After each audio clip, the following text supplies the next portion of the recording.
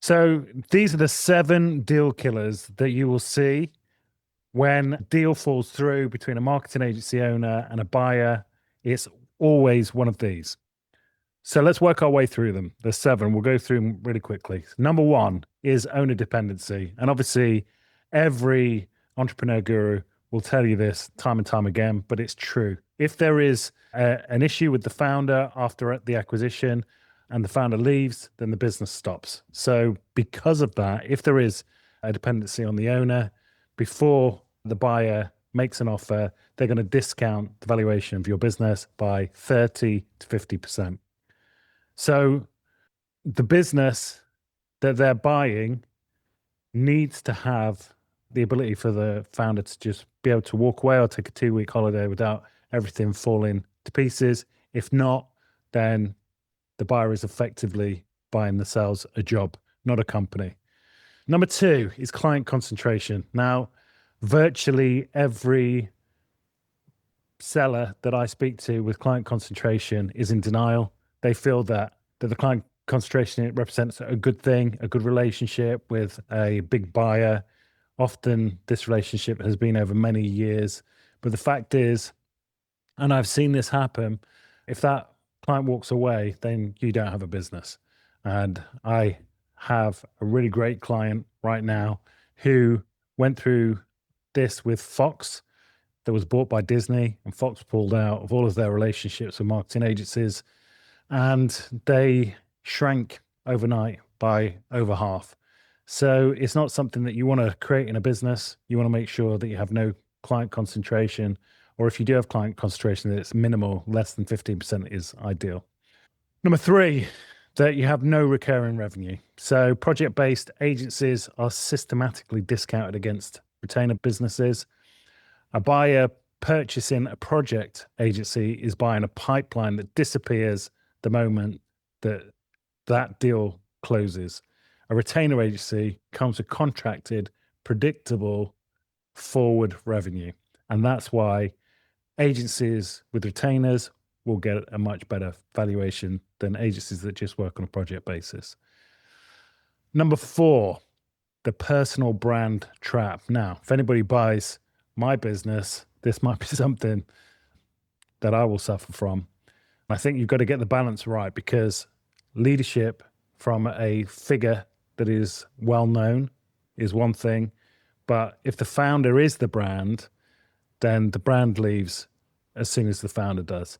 So this is a particularly acute for agencies whose new business comes only through the founder's personal reputation. So I came across this just the other day, actually, where all the marketing for an agency was being done. It was automated, but it was being done through the founder's LinkedIn account and not through the brand page, which does make sense. But if it's only the founder that you're using, then there's going to be an issue. So good fix for that is try and put it through multiple leadership LinkedIn accounts rather than just the founder. Otherwise, buyers discount heavily for this because they're purchasing something that will partly evaporate on day one after the acquisition is closed. Okay, number 5, messy books and hidden debt. So buyers work on a cash-free, debt-free basis. Personal expenses that are run through the company, directors' loans, unresolved debt, and unclear financials all compress the valuation at due diligence. So if you've got any debt that's going through the business, just know that gets paid off out of any money that you get. So if it's substantial, it can really knock down your valuation. But also, if books are really, really messy and have lots of personal finance going through them, you can get a haircut by 1 or 2x multiple. So make sure you're not living inside your own company's books.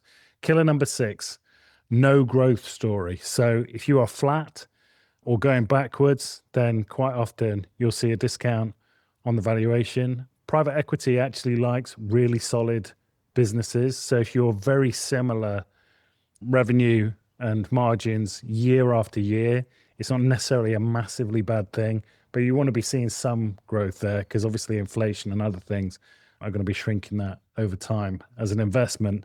So you want to try and tell a story of some growth. Agencies that get 20% more growth, they often get 6 or 7x multiples versus agencies the same size that are get a 4 or a 5.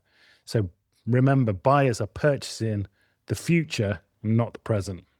Killer number 7. This is the final killer of agency deals, the 3-year delusion. I come across this all the time.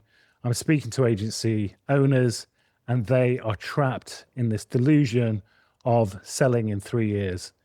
And that's not a plan, it's just a delay mechanism. Because I come back 3 years later, and I've done this many times now over nearly the past decade, where I've come back 3 years later and it's the same story. So the agency owners who get the best outcomes, they start preparing maybe 6 to 18 months before they actually start the sales process.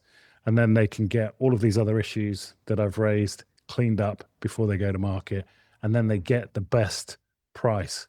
Now, we at agencies.co have structured a 12-month exit readiness program with a specific roadmap that helps iron out all of these problems. And we have accountability and a weekly Ask Me Anything live chat with myself and the rest of the group who are agency founders themselves, dealing with the same issues in their agency business. And also, some of these guys have already sorted out these issues and they're at the next step where they're making an acquisition to leverage multiple arbitrage so that they can get an even better price for their agency before they sell.